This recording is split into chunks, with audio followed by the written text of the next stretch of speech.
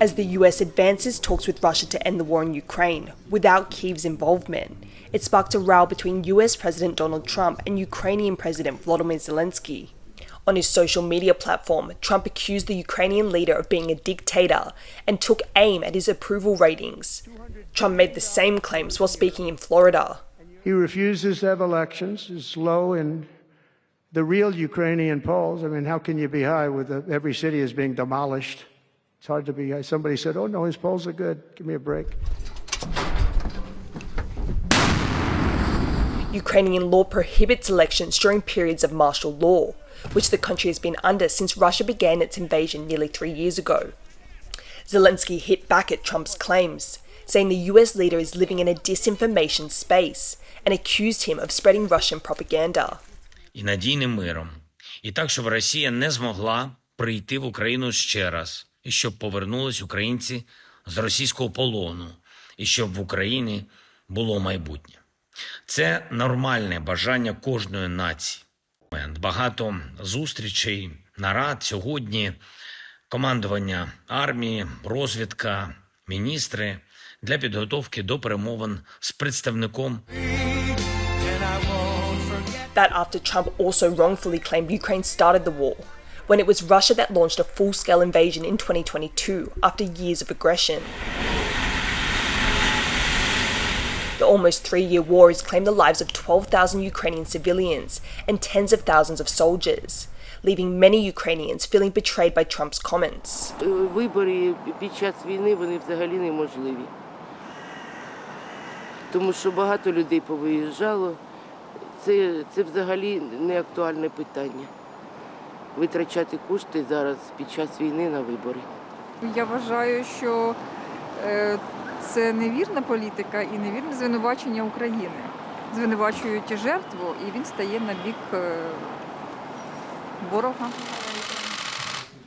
The US president has repeatedly praised his Russian counterpart Vladimir Putin, calling him a savvy and strong leader. The two heads of state are expected to meet soon after US and Russian officials kicked off what they say were successful peace negotiations in Saudi Arabia early this week. Ukrainian President Volodymyr Zelenskyy says his country won't accept any deal made without Kyiv's involvement, while Putin welcomes the rekindling of relations with the US. Да, и самое главное здесь в решении всех очень острых вопросов, включая и украинское урегулирование, заключается в том, что без повышения уровня доверия между Россией и Соединенными Штатами решить многие вопросы, в том числе и украинский кризис, невозможно. Trump's move closer to Russia is a complete backflip of the previous Biden administration's stance. They refused to speak to Moscow since the outbreak of war and also became Ukraine's biggest financial backer. But policy analysts say Trump's new direction might not indicate a major change in US policy. There's a cost to Trump and his desire to end the war quickly in that agenda. Because, as he said rightly, 2 or 3 days into his second presidency, Putin's the obstacle. And if Putin is the obstacle, which he is, Trump needs to make clear it is his highest priority by giving the proper disincentives for Putin to continue the war. But as the US leader threatens to cut funding to Ukraine, it has spurred some action by Kiev's European neighbours. After a summit in Paris earlier this week, EU leaders reiterated their support for Ukraine, moving to rapidly increase defence spending. Några konkreta saker som togs upp och där vi tydligt står enade. Det första är fred genom styrka. Det låter bättre på engelska. Peace through strength. Att det är bara ett Ukraina som rustas för att kunna klara av att vi i en stark position förhandla om fred. Det är bara så vi kan trygga freden i vår del av världen. And diplomats are continuing to work towards bringing an end to the conflict. A US envoy is in Kyiv to discuss American support for Ukraine.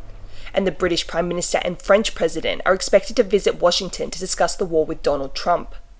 Increasingly important talks as the relationship between the US, Europe and Ukraine fracture. Dolphine, Chen and Rosie Grenenger for TaiwanPlus.